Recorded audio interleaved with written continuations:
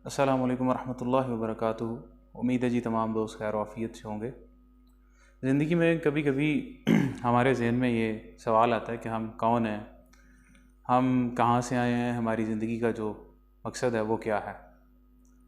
दो तरह के लोग हैं दुनिया में। आप देखें, कुछ तो क्रिएशनिस्ट लोग हैं जो खुदा को मानने वाले हैं। सिंपल सा जवाब वो देते हैं कि अल्लाह हैज़ क्रिएटेड अस और गॉड हैज़ क्रिएटेड अस। वो हमारा क्रिएटर और हम उसकी जो है वो क्रिएशन है।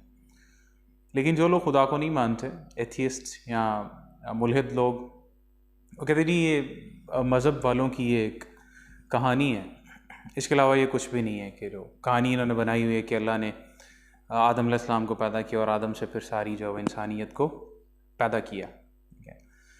दूसरी साइड पे देखते हैं कि व्हाट डू दे ऑफर, कि उनके पास क्या जवाब है। क्या from where did we come, how did this universe come into being, कि हम कौन हैं या हम कहाँ से आए हैं। तो एथिस्ट लोगों का कहना है, particularly the people who believe in scientism और सम साइंटिस्ट्स, तो साइंटिस्ट जो है वो क्या वो भी कोई कहानी सुनाते हैं या कोई लॉजिकल और रैशनल जो है वो आंसर देते हैं क्योंकि उनके मुताबिक जो क्रिएशनिस्ट हैं उनकी तो कहानी है। तो वो आंसर ये देते हैं, कहते हैं कि कोई 13.8 billion years ago, almost 14 billion years ago एक बहुत बड़ा धमाका हुआ था।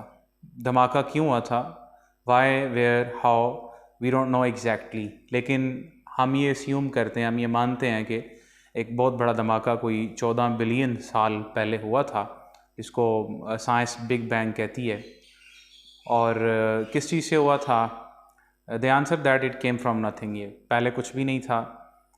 और आप ये अंदाज़ा कर सकते हैं ये कितना लॉजिकल है कि it all of these things came from nothing. ये जो भी हुआ इट केम फ्रॉम नथिंग। पहले अदम था और अदम से ये सारा जो है वो वजूद में आया। क्यों हुआ? इत्तेफाकन, बाय चांस एक धमाका हुआ और जिसके नतीजे में ये हमारी जितनी यूनिवर्स हमें नज़र आ रही है ये सारी जो है वजूद में आ गई। फिर क्या हुआ जी? फिर बाय चांस ये यूनिवर्स जो है वो एक्सपैंड होना शुरू होगी। इत्तेफाकन जो है वो एक्सपैंड होना शुरू होगी। और हालांकि आप देखें कि यूनिवर्स जो है वो कितनी फाइन ट्यूनिंग से चल रही है, लेकिन इस कहानी के मुताबिक सारा कुछ जो है वो बाय चांस हो रहा है, इत्तेफाकन हो रहा है। फिर क्या हुआ? इत्तेफाकन बहुत सारे प्लैनेट्स, बहुत सारे स्टार्स जो हैं वो वजूद में आ गए। फिर इत्तेफाकन ये हुआ कि बहुत सारे सोलर सिस्टम जो है वो भी एग्जिस्ट करना शुरू हो गए स्पेस में। बाय चांस ये सारा कुछ हो रहा है। और फिर क्या हुआ?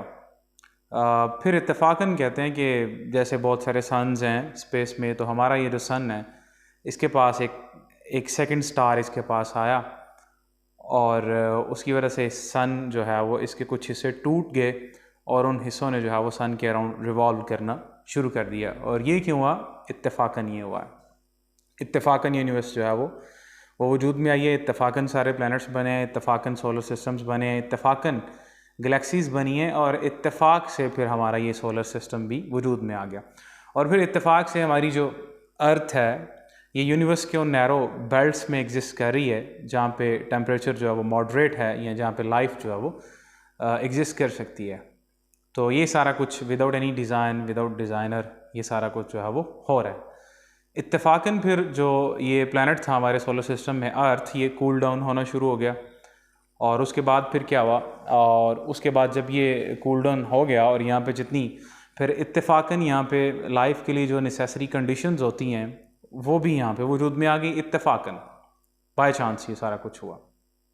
बाय चांस फिर इस अर्थ ने ख़ुद ब खुद जो है वो लाइफ को प्रोड्यूस कर दिया। समहाउ कोई यूनिसेलुलर जो लिविंग ऑर्गेनिजम्स हैं वो जो है वो वजूद में आ गई इत्तेफाकन।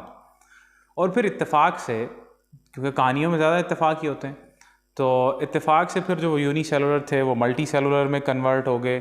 फिर वो इवॉल्व करते करते वो जनाब बहुत सारे प्रोसेस से गुजर करते, फ़िश तक, फ़िश से फिर डिफरेंट फेजेस से गुजर के एप्स तक, बंदरों तक, और फिर इवॉल्व करते करते वो जनाब ह्यूमन बींग्स जो है वो बन गए, इंसान बन गए। और फिर इंसानों के रिलीजन, फिर उनकी फीलिंग्स और ये सारा कुछ, ये जो जितना इतना कम्प्लेक्स सिस्टम जो यूनिवर्स का है, इतनी फाइन ट्यूनिंग के साथ जो चल रहा है कि इंसान एक सिंगल बॉडी की जो है वो स्टडी करना शुरू करे तो उसकी लाइफ ख़त्म हो सकती है। कितना मैथमेटिकली और कैलकुलेशंस के साथ जो है वो सारा सिस्टम चल रहा है। एक्चुअली इस कहानी के मुताबिक जो है वो सारा कुछ इत्तफाकन हुआ है, and all of these things are the result of the unarrangement of the matter and rearrangement of the matter.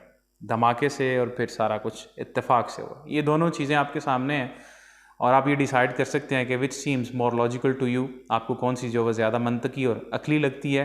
कि एक डिज़ाइन है, उसके पीछे एक डिज़ाइनर है जिसने ये सारा कुछ डिज़ाइन किया है, विच इज़ कॉल्ड गॉड, अल्लाह, रब। और दूसरी साइड पे all of these things came from nothing, और सारा कुछ बाय चांस और इत्तेफाक से जो हुआ है। और फिर अल्लाह तबारक व तआला ने कुरान मजीद में सूरतुल मोमिनून में आया 115 में अल्लाह ने कहा कि अफ़हसिब्तुम अन्नमा खलक़नाकुम अबसा, did you think that we have created you in a play or for the sake of sport uselessly. आपको क्या लगता है कि हमने आपको जो है वो बिल्कुल बिला मकसद या खेल तमाशे के लिए पैदा किया है? और do you think that you wouldn't be brought back to Allah सुब्हानहू व तआला। आपको क्या लगता है कि ये आपको जो है वो अल्लाह की तरफ वापस नहीं लौटाया जाएगा?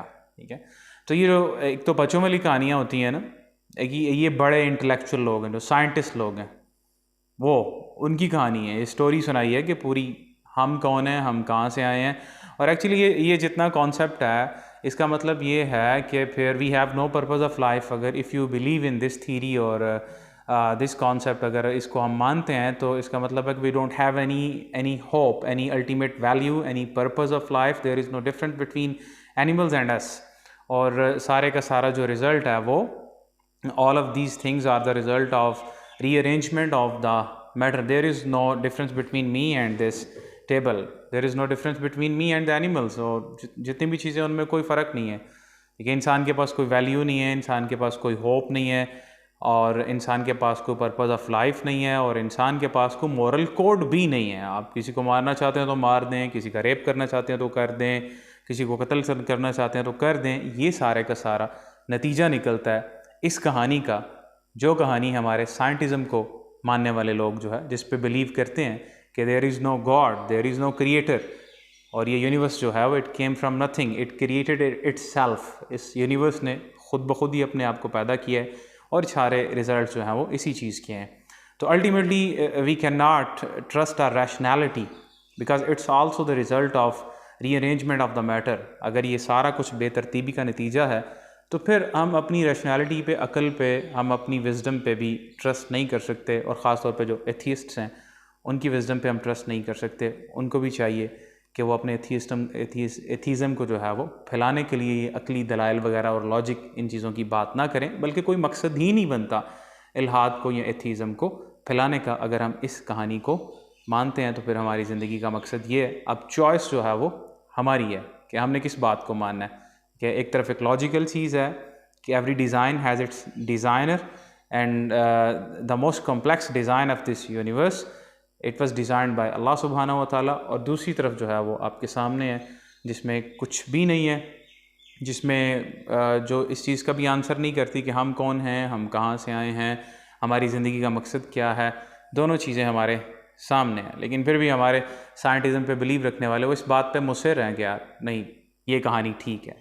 और बल्कि जो मज़हब के लोगों वाली कहानी है वो कहानी लगती है, और ये रियलिटी है। रियलिटी आपके सामने है, चॉइस आपकी है। अल्लाह ताला समझने की तौफीक दे। अस्सलाम।